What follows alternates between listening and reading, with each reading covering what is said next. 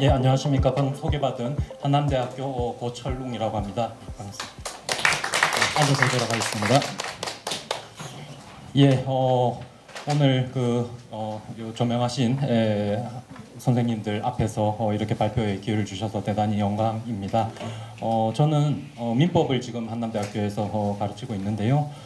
한국에서 고등학교까지 나오고 이렇게 학부부터 일본의 대학에 유학을 해서 학부와 석사, 박사를 거쳐서 일본의 리쿄 대학이라는 대학에서 한 2년 반 정도 학생들 가르치다가요.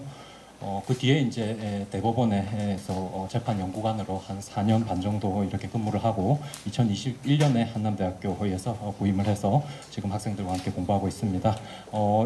이 자리는 우리 이형우 교수님의 소개를 받아서 이렇게 오늘 처음 참여를 하게 되었습니다. 그럼 발표에 들어가도록 하겠습니다. 일본법상의 동성혼 관련 논의라는 제목을 정해보았습니다.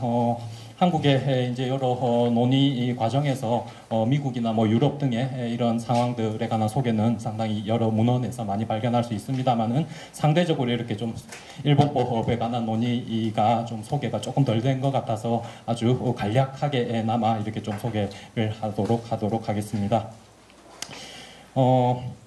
먼저 들어가며에 관한 부분들인데요. 우리 이제 계속 논의가 되고 있는 대법원 피부양자 작년 판결 관련해서 많은 논란이 되고 있는데 이 부분에 관한 논리가 명확하지 않은 부분은 여러분들 다 인지를 하고 있으신 것 같습니다. 관련해서 이런 또 비슷한 논의 그러나 또 조금은 다른 측면의 논의가 일본에서 있기 때문에 그런 부분에 관한 소개를 간단히 드리도록 하겠습니다. 이번인데요. 전통적 혼인관 및 근대적 이데올로기의 성립이라는 부분인데요. 일본에는 이제 가제도, 우리도 예전에 이제 호주 제도라는 게 이제 있었는데요. 거기에 해당하는 가제도라는 게 있습니다. 그런데 이제 우리나라 중국 같은 경우는 아무래도 그 가제도라는 것이 혈연 중심의 어떤 그런 같은 종족, 동족 집단의 이런 문화라고 한다면 일본의 경우에는 어떤 직업을 영위하는 집단으로서 어떤 단체 좀 이런 특성이 있습니다. 그래서 조금 이렇게 성격이 좀 다른 그런 부분들이 있습니다.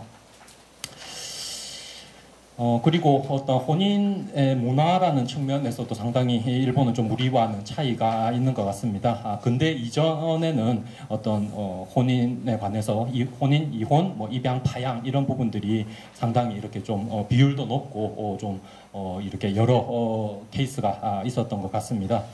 근데 이제 유럽에서 이런 유럽 법을 일본도 이제 개수를 하게 되었는데요. 그런 과정에서 어떤 유럽식의 가부장적인 그런 호주 중심의 이런 제도가 일본의 메이지 시대 때 이렇게 들어오면서 일본도 어떤 일본의 그런 이해 제도가 만들어졌습니다. 그리고 이제 그런 가부장적인 제도가 2차 대전 후에 20세기 중반에 이제 헌법 개정에 따른 민법 개정에 의해서 이해제도 및 가독 상속 제도라는 것이 폐지가 되었고 어떤 남녀 평등 이런 부분들이 이 개정이 되었습니다. 근데 여전히 이제 부부 동시라 그래가지고 일본은 가족은 다 하나의 이런 성을 가져야 된다라는 이런 제도가 여전히 남아 있기 때문에 이런 부분에 관해서는 우리랑 상당히 많은 차이를 보이고 있는 것 같습니다. 다음으로 이제 지금 현행법상의 동성혼 관련 문제인데요. 일본 헌법은 양성의 합의에 의해서만 혼인이 성립한다라는 이런 규정으로 되어 있기 때문에 우리보다 좀 더 명시적으로 양성의 합의라는 이런 문구가 되어 있습니다. 근데 이제 그래서 주류 이제 헌법학자는 양성의 합의라고 되어 있기 때문에 이게 남녀지 동성은 안 된다라는 이런 입장이 여전히 주류인 것입니다. 그런데 이제 여러 90년대 이후에 여러 재판에서 어떤 이런 동성 관계도 어떤 계약적인 관계다라는 측면에서 어떤 민사상의 이런 손해배상 청구 이런 것들은 이제 계속해서 인정이 되어 온 그런 부분들이 있습니다. 근데 이제 판례상으로는 우리의 대법원에 해당하는 최고재판소에서 아직까지 동성혼을 이렇게 인정한 판결은 아직 존재하지 않습니다. 근데 이제 최근 5년의 하급심 판결을 살펴보면은 이런 동성혼을 인정하지 않는 부분들이 일본 헌법에 위반된다, 이런 거에 관한 하급심 판결들이 이렇게 좀 나오고 있고요. 그래서 그런 부분들이 최근 이제 논의가 많이 되고 있는 상태입니다. 그리고 이제 중요한 거는 최고재판소 판결인데요. 우리 그 피부양자 판결처럼 일본은 그 20년간 공동 생활을 하던 남성 커플인 당사자가 범죄 등 피해자 등 급부금의 지급에 관한 법률이라고 해서 범죄 피해자에 대해서 이렇게 유족에 대한 보상을 해줘야 된다, 이제 이런 법인데요. 근데 이제 이게 유족뿐만 아니라 사실혼 관계도 이제 이런 급부금을 받을 수 있다, 이런 이제 규정이 있는데, 이건 뭐 사실혼 관계가 아니고 동성 커플도 여기에 해당하는 거 아니냐라는 이제 이런 주장인 거죠. 우리의 이제 건강보험 판결하고 거의 비슷한 논리라고 보시면 되겠습니다. 근데 이제 1심, 2심에서는 이게 거절이 되었는데 최고재판소가 이 부분을 동성의 인자도 여기에 사실혼에 해당한다라고 이렇게 봐가지고 상당히 이제 일본에서도 이 부분에 관해서 많은 논의가 있습니다.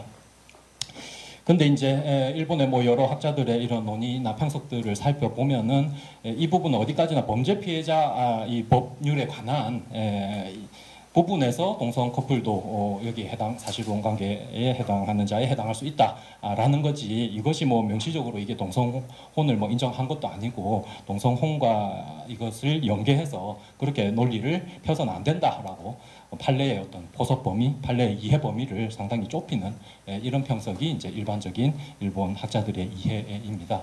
그래서 아까 오전에 뭐 아디나 변호사님도 말씀하셨던 것처럼 이런 판결이 나왔을 때 이 판결을 갖다가 정확하게 해석을 해야지 이 부분을 확대 해석을 하면 안 된다라는 이런 말씀하셨던 것 같은데, 그런 부분에 관해서도 일본에서도 상당히 이 판결의 포섭 범위를 좁히고 있다라고 이렇게 볼 수가 있겠습니다. 당연히 이 부분에 관한 반대 의견도 있었고요. 반대 의견은 뭐 이렇게 보시면 되겠습니다. 그리고 이제 행정 영역에서는 동성 파트너십에 관해서 일부 지자체에서 이런 파트너십을 관련 증명서를 이렇게 발급하고 있는 현황이고요.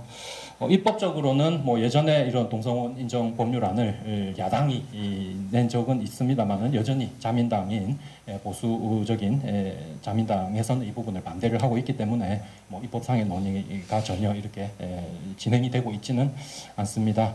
다만 이제 좀 사회 분위기라든지 이런 세계적인 분위기 때문에 뭐 대만에서도 최근에 뭐 또 동성혼도 이렇게 합법화하고 이런 동아시아적인 그런 분위기도 있고 해서 이제 입법적으로 일본에서도 동성혼을 인정할 것인지 말 것인지에 관해서 어떤 학자들의 이런 연구회 정도의 이제 이런 지금 논의가 진행되고 있는 그런 상황입니다.